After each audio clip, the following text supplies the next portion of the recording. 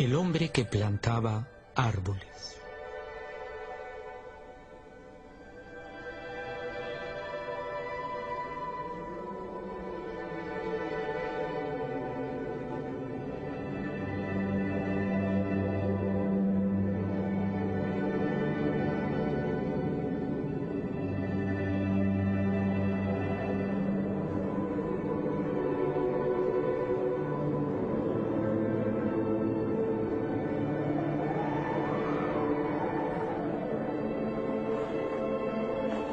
Hace mucho tiempo, estaba haciendo una larga excursión a pie por las alturas de esta vieja región de los Alpes que penetra en Provenza, tierras totalmente desconocidas para los turistas.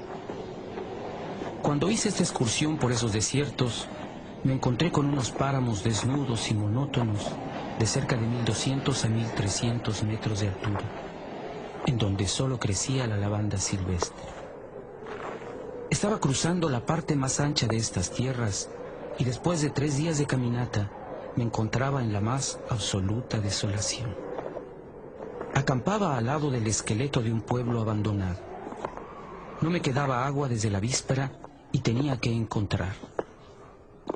Las casas, aunque ya en ruinas, aglomeradas como un avispero viejo, me hicieron pensar que anteriormente debía de haber existido allí una fuente o un pozo.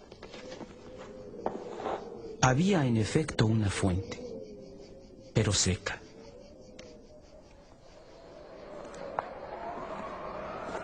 Las 5 o 6 casas sin techo, carcomidas por el viento y por la lluvia, y la pequeña capilla con el campanario derrumbado, estaban alineadas como le están las casas y las capillas de los pueblos donde hay vida. Pero aquí, toda la vida había desaparecido. Era un hermoso y soleado día de junio. Pero en estas tierras altas y desamparadas, el viento soplaba con una brutalidad insoportable. Gruñía contra los esqueletos de las casas como una fiera a la que molestan mientras come. Tuve que levantar el campamento.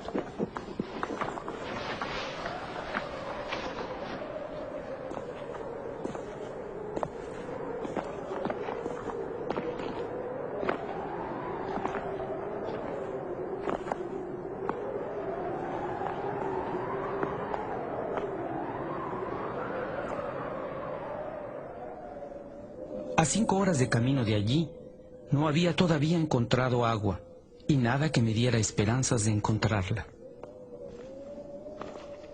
Por todas partes había la misma sequedad y las mismas hierbas leñosas.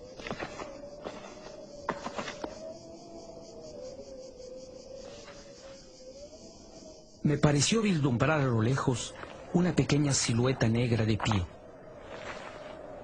Primero pensé que era el tronco de un árbol solitario. Completamente al azar, me dirigí hacia ella. Era un pastor. Había cerca de él unas 30 ovejas acostadas descansando sobre la tierra ardiente.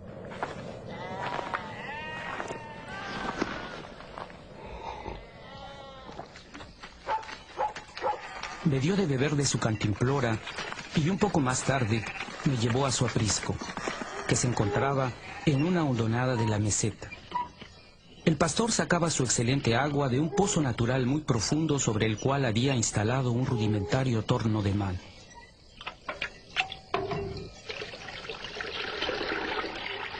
Hablaba poco, es lo propio de los hombres solitarios, pero se le sentía seguro de sí mismo y confiado en su seguridad. Era algo insólito en estas tierras desprovistas de todo. No vivía en una cabaña, sino en una verdadera casa de piedra en la que se notaba muy bien cómo, con su trabajo personal, logró remendar la ruina que había encontrado al llegar. Su techo era sólido e impermeable. Al dar contra este, el viento hacía el ruido del mar contra la playa.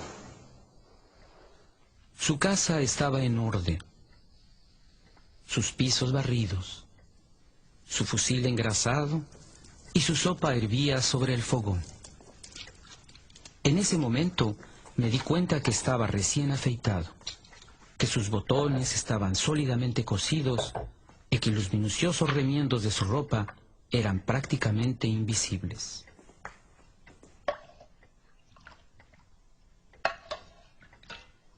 Me hizo compartir la sopa con él.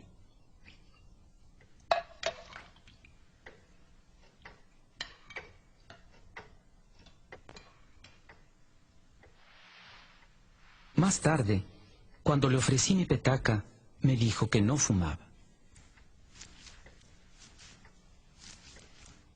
Su perro, silencioso como el amo, era benévolo, pero digno.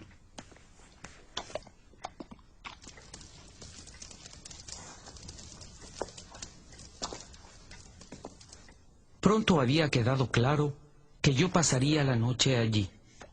El poblado más cercano estaba a más de un día y medio de camino a pie.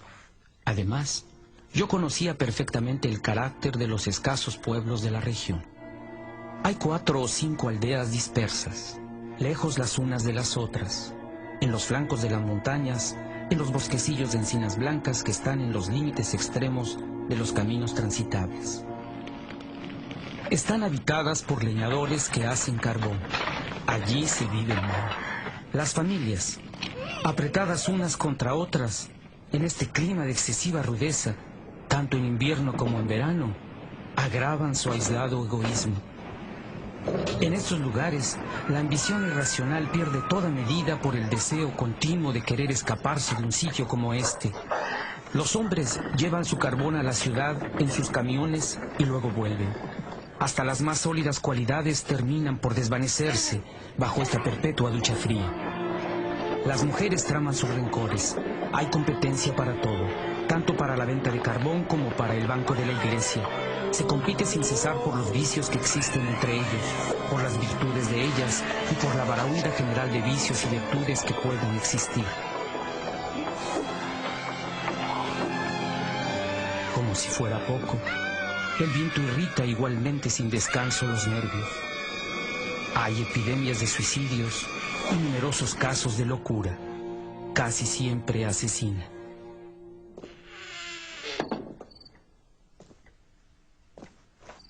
El pastor, que no fumaba, fue a buscar un saquito y desparramó sobre la mesa un montón de bellotas.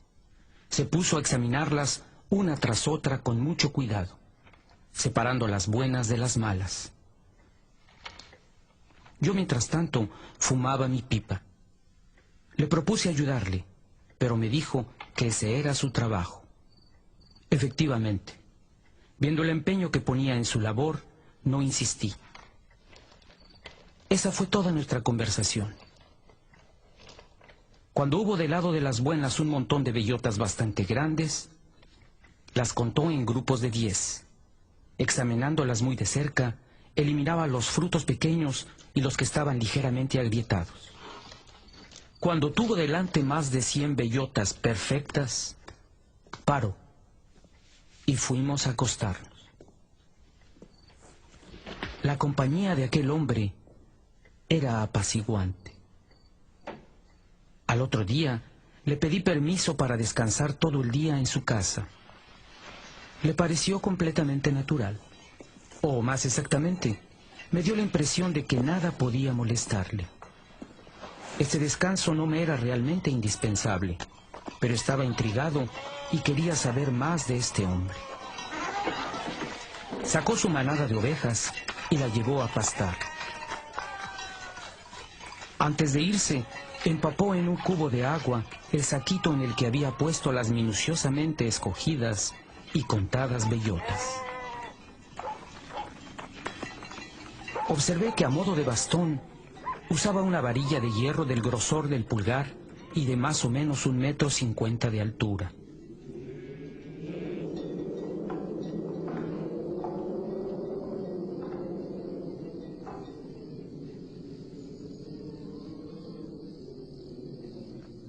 Yo hice como si descansara mientras paseaba y seguí un camino paralelo al suyo. El pastizal de sus ovejas se encontraba en una cañada. Dejó la pequeña manada bajo la vigilancia del perro y subió al lugar donde yo me encontraba. Temí que me reprochara mi indiscreción, pero no se trataba en lo absoluto de eso. Era su camino, y me invitó a acompañarlo si no tenía nada mejor que hacer. Iba hacia la altura, a 200 metros de allí. Cuando llegó al lugar a donde quería ir, se puso a enterrar su varilla de hierro en la tierra.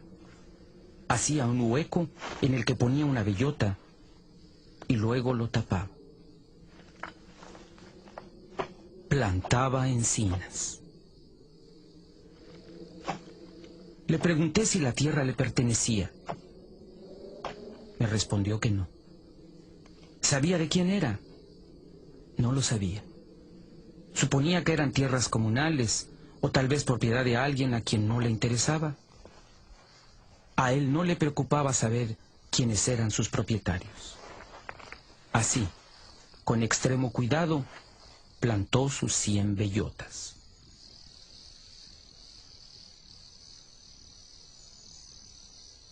Después del almuerzo, empezó otra vez a escoger sus simientes. Creo que puse bastante insistencia en mis preguntas, ya que contestó a ellas. Hacía 3 años que plantaba árboles en esta soledad. Había plantado 100.000. De los 100.000, habían brotado 20.000. De esos 20.000, sabía que iba a perder la mitad a causa de los roedores o de todo lo que no podemos prever en los designios de la providencia. Quedaban 10.000 encinas que iban a crecer en este lugar en el que antes no había nada.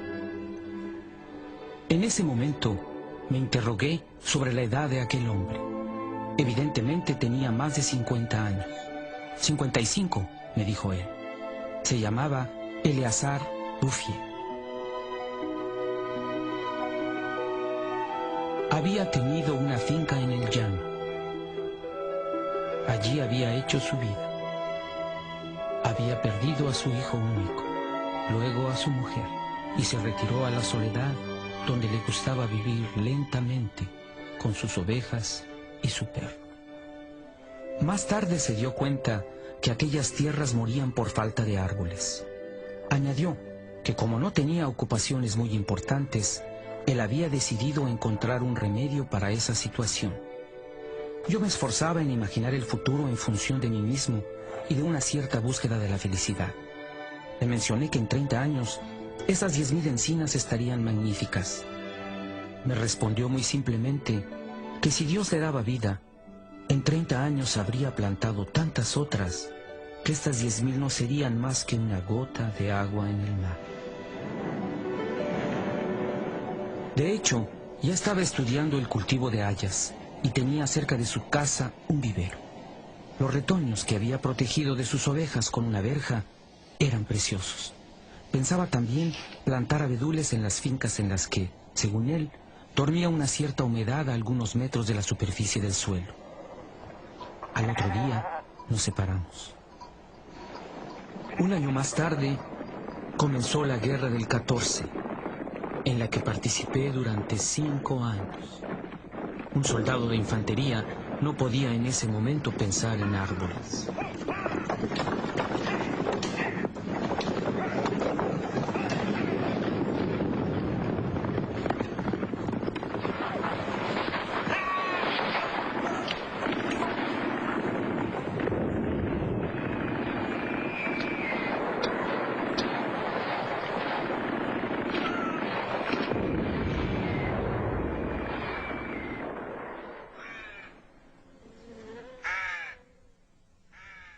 Cuando terminé el servicio militar, tuve una prima de desmovilización minúscula.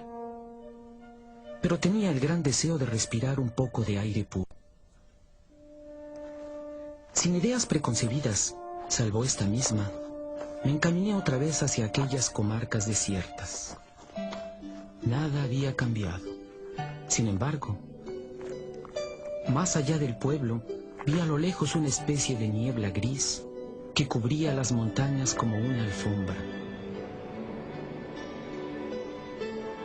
Desde la víspera ya estaba pensando nuevamente en el pastor que plantaba árboles. 10.000 encinas, me decía a mí mismo, ocupan verdaderamente mucho espacio. Yo había visto morir demasiada gente durante 5 años como para poder imaginarme fácilmente que Eleazar Bouffier había muerto. Sobre todo porque cuando se tienen 20 años, consideramos a los que tienen 50 como viejos a quienes no les queda más que morir.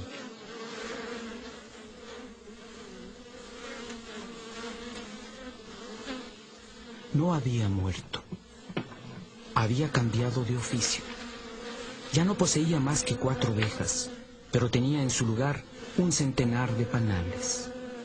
Se había deshecho de las ovejas porque ponían en peligro sus plantaciones de árboles. No se había preocupado para nada de la guerra. Había seguido plantando imperturbablemente. Las encinas de 1910 tenían entonces 10 años y estaban más altas que él y que yo. El espectáculo era impresionante. Yo estaba literalmente enmudecido y como él tampoco hablaba, pasamos todo el día en silencio, paseándonos en su bosque. Este tenía, dividido en 3 trozos, 11 kilómetros de largo y 3 kilómetros en su más ancha extensión. Cuando nos acordamos que todo había salido de las manos y del alma de este hombre, sin medios técnicos, comprendemos que los seres humanos podrían ser tan eficaces como Dios en otras áreas, y no solo en la destrucción. Él había perseguido su idea, y las hayas, que ya me llegaban a los hombros, dispersas hasta perderse de vista, eran testigos de ello. Las encinas estaban tupidas y ya habían pasado la edad de estar a la merced de los roedores. En cuanto a la providencia, para que ella misma destruyera la obra creada, hubiera tenido que recurrir a los ciclones. Me mostró hermosos bosquecillos de abedules que ya tenían 5 años. Eran de la época en la que yo combatía en Verdún. Todas las fincas en las que él creía, con perfecta razón, que había humedad casi a flor de tierra, fueron ocupadas por los abedules. Estaban tiernos como adolescentes y muy decididos. La creación parecía haberse llevado a cabo con encinas.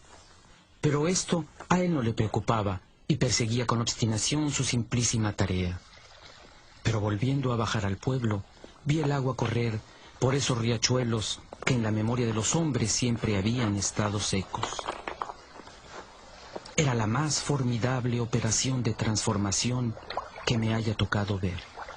Aquellos riachuelos secos ya habían antes llevado agua en tiempos muy antiguos. Ciertos pueblos tristes de los que hablé al principio de mi relato habían sido construidos sobre los emplazamientos de algunos pueblos galorromanos de los que todavía quedan huellas.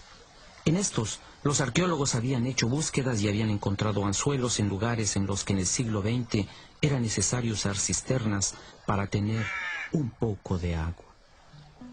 El viento también dispersaba ciertas semillas.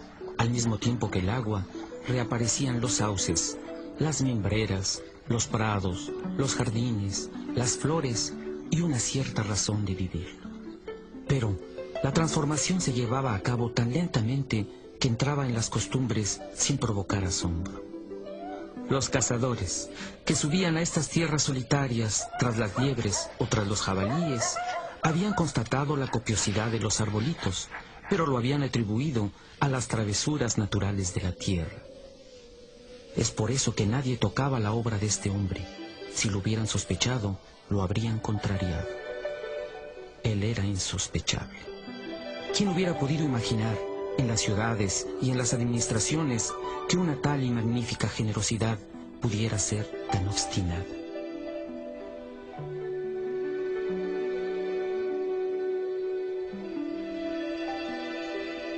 A partir de 1920, no pasé un año sin ver a Eleazar Bouffier. Nunca lo vi doblegarse ni dudar. Y sin embargo, solo Dios sabe que Dios mismo nos empuja a ello. Nunca hice la cuenta de sus sinsabores. Sin embargo, es fácil imaginar que para lograr semejante éxito hubo que vencer la adversidad, que para asegurar la victoria de tal pasión hizo falta luchar contra la desesperación. Para tener una idea casi exacta de este ser excepcional, no debe olvidarse que obraba en total soledad. Era tan grande su soledad que hacia el final de su vida había perdido la costumbre de hablar. O tal vez no veía la necesidad de ello. En 1933 recibió la visita de un atónito guardabosques. Este funcionario le dio la intimidante orden de no hacer fuegos exteriores para evitar poner en peligro el crecimiento de este bosque natural. Era la primera vez, le dijo ilusamente este hombre, que se veía crecer un bosque solo. En 1935, una verdadera delegación administrativa vino a examinar el bosque natural. Había venido uno de los grandes de la Administración de Aguas y Bosques, un diputado y algunos técnicos. Se dijeron muchas cosas inútiles. Se decidió hacer algo y afortunadamente no se hizo nada importante, salvo poner el bosque bajo la vigilancia del Estado y prohibir que se viniera aquí a hacer carbón. Era imposible no subyugarse ante la belleza de estos saludables árboles jóvenes. Dicha belleza ejerció su poder de seducción sobre el mismo diputado.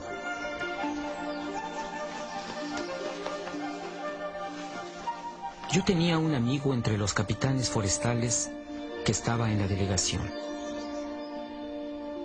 Le expliqué el misterio. Un día de la semana siguiente fuimos los dos a buscar a Eleazar Bouffier. Lo encontramos en pleno trabajo, a 20 kilómetros del lugar donde la inspección había tenido lugar. No era por nada que el capitán forestal era mi amigo.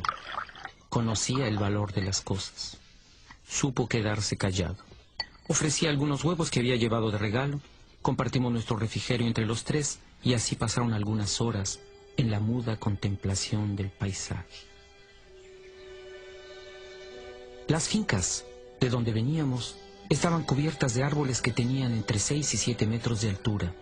Entonces me acordé del aspecto de estas tierras en 1913. Era el desierto. El sosegado y constante trabajo, el raudo aire de las alturas, la frugalidad y sobre todo la serenidad del alma habían dado a ese anciano una salud casi solemne. Era un atleta de Dios. Me preguntaba cuántas hectáreas cubriría todavía con árboles. Antes de irnos, mi amigo hizo una simple propuesta con respecto a algunas especies de árboles que podrían crecer bien en estos terrenos. No insistió. Por la buena razón, me dijo después, que ese buen hombre sabe más que yo. Al cabo de una hora de camino, había seguido trabajando esta idea y añadió: sabe mucho más de esto que mucha gente. Este hombre ha encontrado una estupenda manera de ser feliz. Fue gracias a este capitán que no solamente el bosque, sino también la felicidad del pastor fueron protegidos. La obra no corrió graves riesgos hasta la guerra de 1939. Los automóviles de aquel tiempo corrían con gasógeno y nunca había suficiente madera. Comenzaron entonces a cortar encinas de 1910.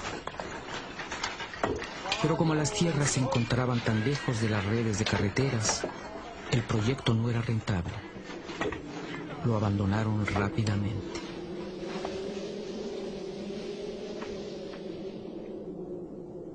El pastor no tuvo tiempo de darse cuenta. Estaba a 30 kilómetros de allí, continuando apaciguadamente su faena, ignorando la guerra del 39 como había ignorado la del 14. La última vez que vi a Eleazar Bouffier fue en junio de 1945. Él tenía entonces 87 años. Yo había vuelto a tomar la ruta del desierto, pero ahora, a pesar de los estragos en los que el país había quedado después de la guerra, había un autocar que hacía el transporte entre el valle del Durance y la montaña. Pensé que era porque el autocar iba relativamente rápido que no podía reconocer las tierras de mis primeras excursiones. Me parecía también que su trayecto me llevaba por lugares desconocidos. Tuve que ver el nombre de un pueblo para concluir que me encontraba en efecto en aquella región que antes estaba desolada y en ruinas. El autocar me dejó en Vergons. En 1913, esta pequeña aldea de 10 o 12 casas tenía solamente 3 habitantes. Eran salvajes, se detestaban entre ellos, vivían de la caza con trampas. Su condición no tenía esperanza. Todo había cambiado, hasta el mismo aire. En lugar de las secas borrascas que antes me habían tan brutalmente acogido, soplaba una brisa cargada de aroma. Un ruido similar al del agua bajaba de la altura. Era el ruido del viento en los bosques. En fin, más sorprendente aún, oí el verdadero ruido del agua cayendo en un barreno. Vi que habían hecho una fuente y que el agua era abundante. Lo que más me conmovió fue que habían plantado una hermosa tila, símbolo indiscutible de resurrección.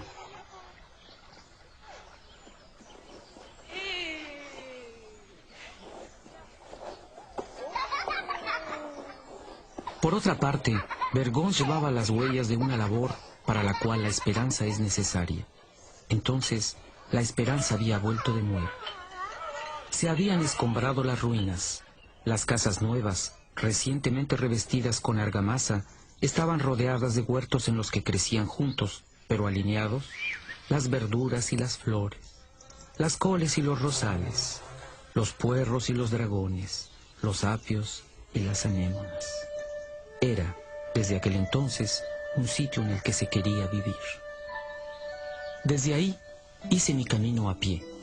La guerra, de la cual apenas salíamos, no había permitido que se viviera la vida en toda su expansión.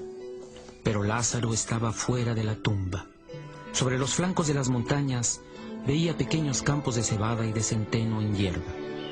Al fondo de aquellos valles estrechos, algunas praderas verdeaban.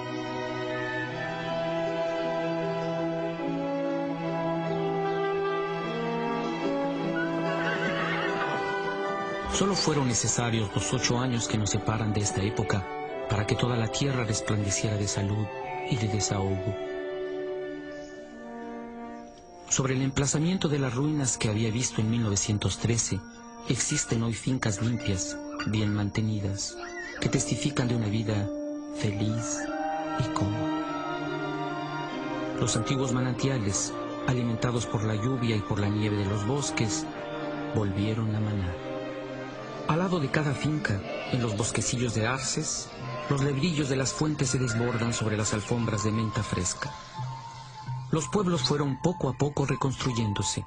Una población que vino de los llanos, donde los terrenos se venden caros, se estableció en estas tierras trayendo consigo juventud, movimiento y espíritu de aventura.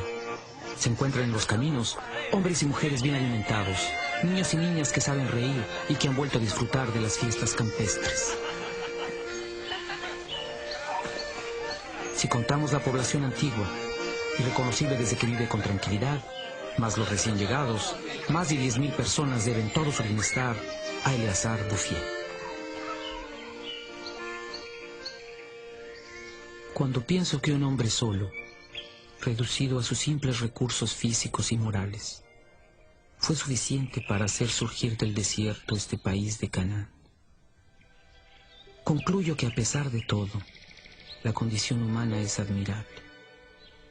Pero cuando la cuenta de toda la constancia que hizo falta para mantener la grandeza del alma, cuando constato cuánta encarnizada generosidad fue exigida para llegar a este resultado, me invade un inmenso respeto por este anciano campesino sin cultura que supo llevar a bien esta obra digna de Dios. Eleazar Bouffier murió en paz en 1947 en el hospicio de Banon.